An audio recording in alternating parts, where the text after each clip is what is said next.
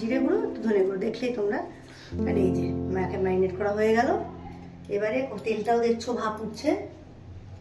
এবারে সামান্য কালো জিরে ফোড়ন দিয়ে দিলাম, সামান্য কালো জিরে ফোড়ন দিলাম, দিয়ে এই যে মাখাটা ছেড়ে দিলাম।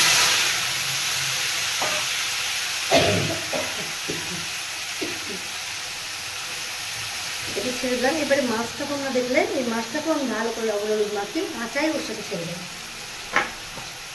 ছোটো ট্যাংরা, মুচি, সমস্ত রকম বাচ্চা সমস্ত মেশানো মাছ। মাছটাকে ভালো করে লবণ হলুদ দিয়ে আমি দেখো ভালো করে মেখে নিচ্ছি মাছটা।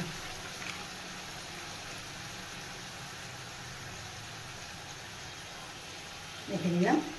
এবারে এটাকেও এর সাথে আমি দিয়ে দিচ্ছি, এর সাথে আমি দিয়ে দিলাম।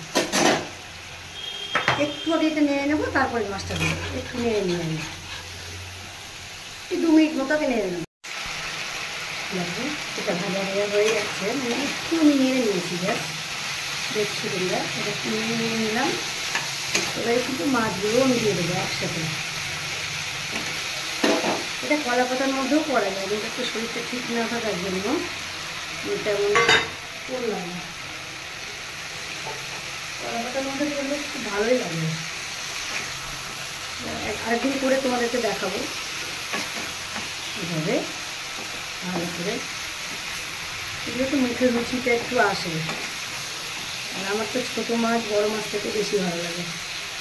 এভাবে করবে, ভালো লাগবে। কিচ্ছু না, আলু কুচি পেঁয়াজ কুচি দিয়েছি আর একটু বেগুন দিয়েছি, ব্যাস। আর জিরে ধনে গুঁড়ো এই দিয়ে ভালো করে আমি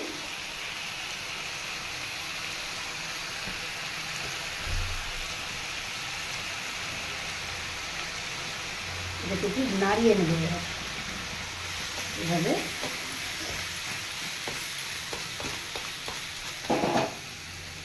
দেখে একটু নাড়িয়ে দিলাম। সামান্য পরিমাণে হলুদ দিয়ে দেবো, একটু হলুদ বেশি না।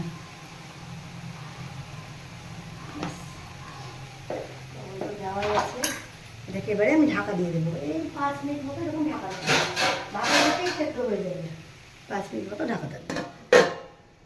5 মিনিট পরে আবার দেখো, 5 মিনিট পরে আমি ঢাকাটা তুলে নিয়েছি, সেদ্ধ হয়ে গেছে।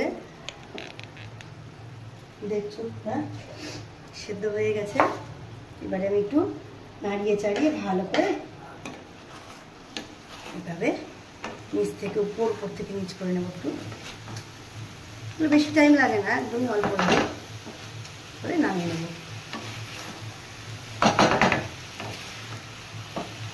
মশলাটা তোমরা দেখলেই কি দিয়েছি।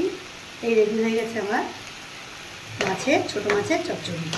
আলু বেগুন দিয়ে ছোটো মাছের রেডি আমার আলু বেগুন দিয়ে ছোটো মাছের চচ্চড়ি। এবারে মাঝে মাঝে একটু করে নাড়িয়ে দিলে নিচেরটা উপরে হয়ে যাবে।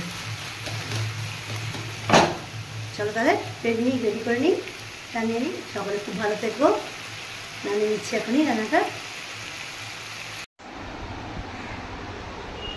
দেখো আমি নামিয়ে নিয়েছি কড়াই থেকে ছোটো মাছের চচ্চড়ি আলু আর বেগুন দিয়ে। এইভাবে তোমরা করে খাবে। এই জিনিসগুলো খেলে মুখে অনেকটা রুচি পাওয়া যায়। আর এখন তো আমার শরীর খুব খারাপ চলছে, গলা টলা ব্যথা, সর্দি কাশি, তার জন্য ভাবলাম যে এটা করে দেখি। কিছুই খেতে ইচ্ছা করে না। ভালো থেকো সকলে, সুস্থ থেকো। আর আমার ইউটিউব চ্যানেলটা দেখতে থেকো। ভালো লাগলে একটা লাইক করে দিও। সকলে খুব ভালো থেকো। আজকে আসি, টাটা।